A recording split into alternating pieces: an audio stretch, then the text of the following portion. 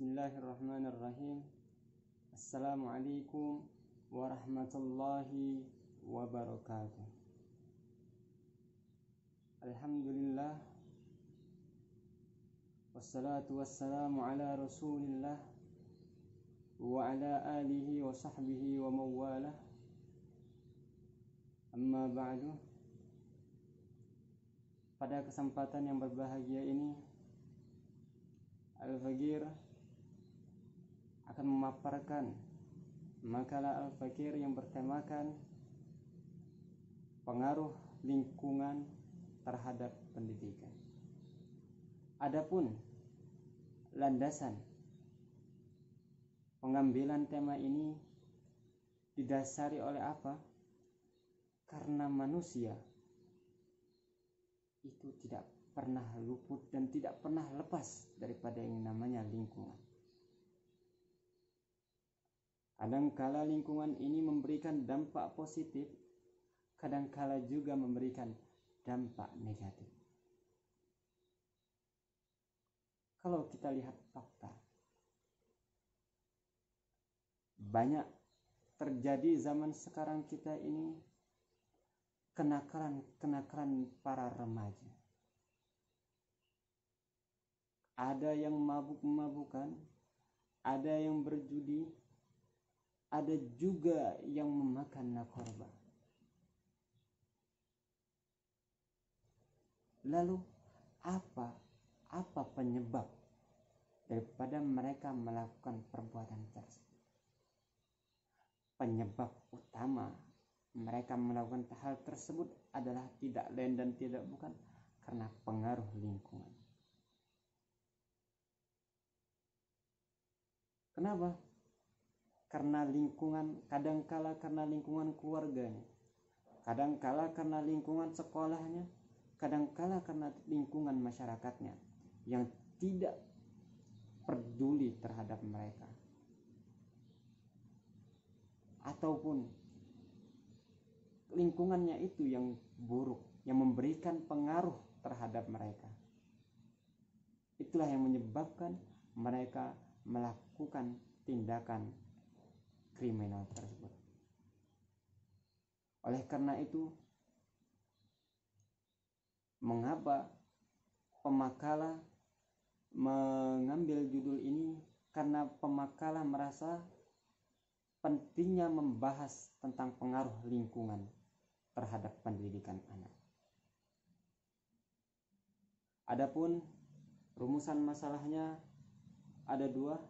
Yang pertama, apa itu lingkungan pendidikan?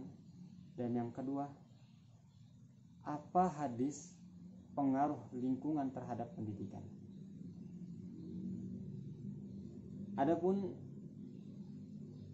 lingkungan pendidikan, telah banyak para ahli yang mendefinisikan tentang lingkungan pendidikan.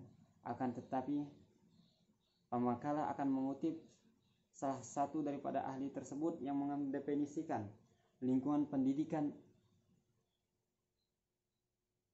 menurut Profesor Dr. Emil Salim adalah segala benda dan kondisi yang ada dalam ruang yang kita tempati dan mempengaruhi hal-hal yang hidup termasuk kehidupan manusia.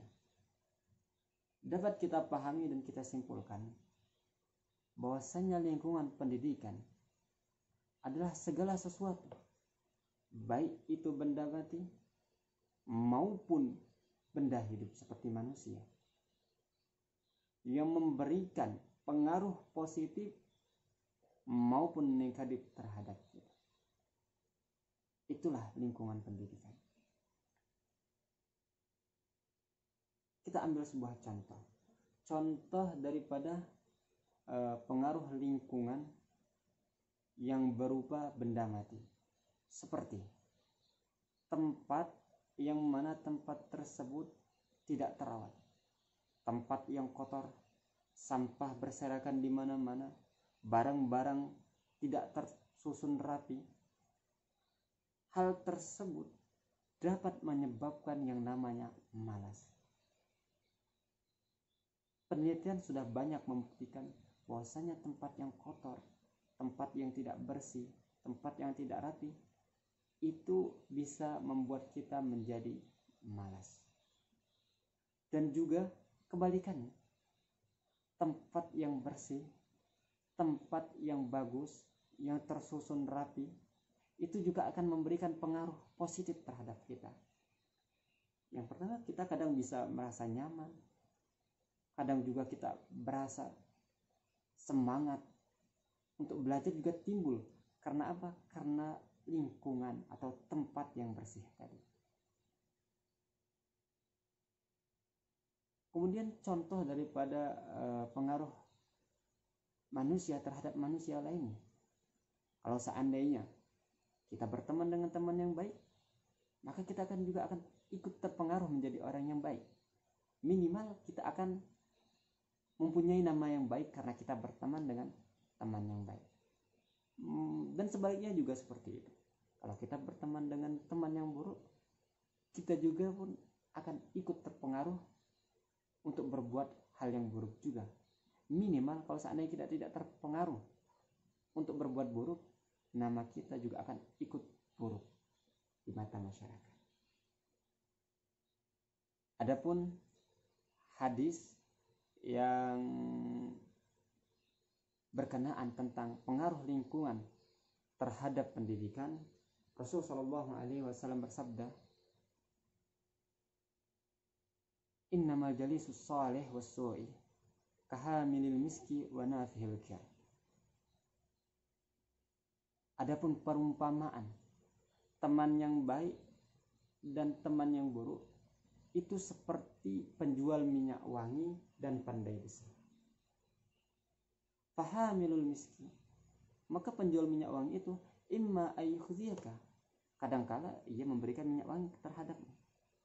Wa imma antabta'a minhu, kalau seandainya kita tidak dapat minyak wangi dari dia, kadangkala kita yang membeli minyak wangi darinya. Wa imma antajid minhu rihan thayyibatan, ya kalau kita tidak beli, tidak dikasih, ya minimal kita itu mendapatkan wangi dari dirinya si penjual tadi. Wa nafihul kir, sedangkan untuk pandai besi, imma ayyukhrika siyabaka, kadang itu bisa membakar baju kalian karena percikan ketika dia bekerja. Wa imma antajid minhu rihan khabisatan, dan kadangkala kalau seandainya tidak dapat percikan api, kadang minimal kita itu dapat yang namanya bau tak sedap dari dirinya. Al-Imam Muslim di dalam kitabnya Syarah Muslim memasukkan hadis ini ke dalam bab anjuran agar berteman dengan teman yang baik dan menjauhi daripada teman yang buruk. Al-Imam An-Nawawi menjelaskan bahwasanya di dalam hadis itu terdapat perumpamaan teman yang baik dengan penjual minyak wangi dan teman yang buruk dengan pandai besi. Kenapa?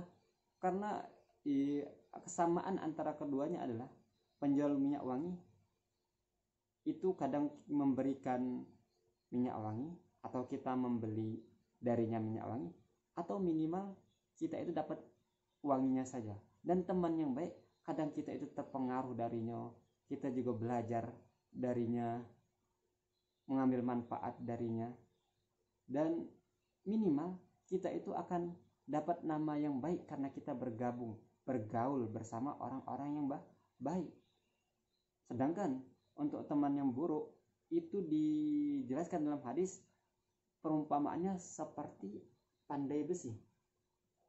Yang namanya pandai besi kadang itu membakar baju kita kalau seandainya ada percikan api yang kena pakaian kita.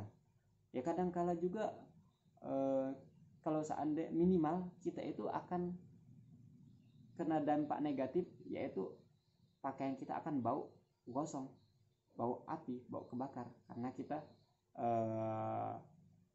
bergaul dengan pandai besi tadi. Begitu juga kalau kita berteman dengan teman yang jelek. teman yang jelek ini akan memberikan pengaruh negatif terhadap kita. Ya bisa tingkah laku kita menjadi jelek, akhlak kita menjadi jelek, kelakuan kita sehari-hari jadi jelek, atau minimal kita itu akan mendapatkan nama yang buruk, nama kita akan jatuh di masyarakat. Contoh saja, kalau seandainya kita berteman dengan teman yang jahat seperti penjahat, kemudian penjahat itu ditangkap polisi, pasti polisi itu akan mencari teman-teman penjahat tersebut. Nah, kita yang berteman sama yang tadi itu akan diperiksa juga sama polisi karena kita berteman dengan penjahat tadi. Kemudian kenapa saya mengambil hadis ini, padahal banyak hadis-hadis lainnya tentang pengaruh lingkungan terhadap pendidikan? Karena menurut pandangan saya, hadis ini sudah masuk ke seluruh ranah lingkungan. Kenapa? Karena lingkungan itu sebenarnya banyak sekali, akan tetapi pada intinya yang memberikan pengaruh besar itu ada 3: keluarga, sekolah, dan masyarakat. Nah, teman itu di sini dimaksudkan adalah siapa? Adalah orang yang sering kita temui, sering bersama kita duduk berbicara, duduk berdiskusi. Itulah teman. Nah, jadi dia bisa masuk ke ranah keluarga karena keluarga ini adalah teman yang paling sering kita temui. Kemudian baru sekolah, baru yang terakhir masyarakat.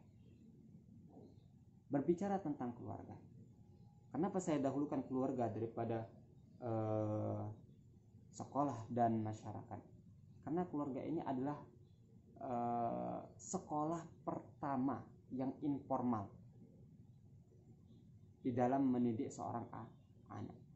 Seseorang anak itu akan mendapat pengaruh yang besar dari keluarga. Kenapa? Karena pada masa kecil ini kita itu akan lebih sering melihat tingkah laku daripada keluarga kita. Kita lihat kelakuan kedua orang tua kita, kita lihat kelakuan daripada saudara-saudara kita. Otomatis kita juga akan terpengaruh untuk mengikuti tingkah laku keluarga kita. Kalau keluarganya baik, maka kita pun kemungkinan akan ikut baik juga. Seperti itu. Kemudian baru masuk ke ranah keluarga juga ke ranah sekolah. Sekolah juga memberikan pengaruh yang besar terhadap pendidikan. Karena apa? Karena sekolah itu adalah sebuah tempat yang lebih khusus lagi untuk mengembangkan daripada karakter anak, yang mana sebelumnya sudah dididik oleh keluarga, kemudian dikembangkan lagi di sekolah. Sekolah itu kan tempat formalnya, yang lebih sistematis dan lebih teratur, yang lebih khusus untuk mengembangkan karakter anak dan pengetahuan anak. Jadi sekolah itu memberikan pengaruh yang sangat besar terhadap pendidikan anak. Kemudian baru masyarakat. Masyarakat juga termasuk yang memberikan pengaruh besar terhadap pendidikan. Kenapa? Kalau seandainya lingkungan tersebut adalah lingkungan yang baik, banyak orang-orang yang berperilaku baik, orang untuk melakukan sebuah kejahatan, melakukan sebuah akhlak yang tidak baik, itu akan seolah-olah terkucilkan di masyarakat tersebut. Jadi dia akan malu untuk melakukan sebuah tindakan yang tidak baik. Akhirnya ia berubah menjadi orang yang baik juga. Baiklah, saya akan simpulkan makalah kita kali ini bahwasanya lingkungan itu memberikan pengaruh yang besar di dalam pendidikan. Dan pengaruh yang besar itu ada 3. Pengaruh lingkungan itu ada 3. Pengaruh dari keluarga, sekolah, dan masyarakat. Tapi sebenarnya masih ada banyak lagi pengaruh-pengaruh yang lainnya. Akan tetapi saya hanya simpulkan 3 karena sebenarnya 3 inilah yang menjadi tripusat pendidikan. Kenapa? Karena inilah yang memberikan pengaruh yang sangat besar terhadap pendidikan. Mungkin ini saja. Wassalamualaikum warahmatullahi wabarakatuh.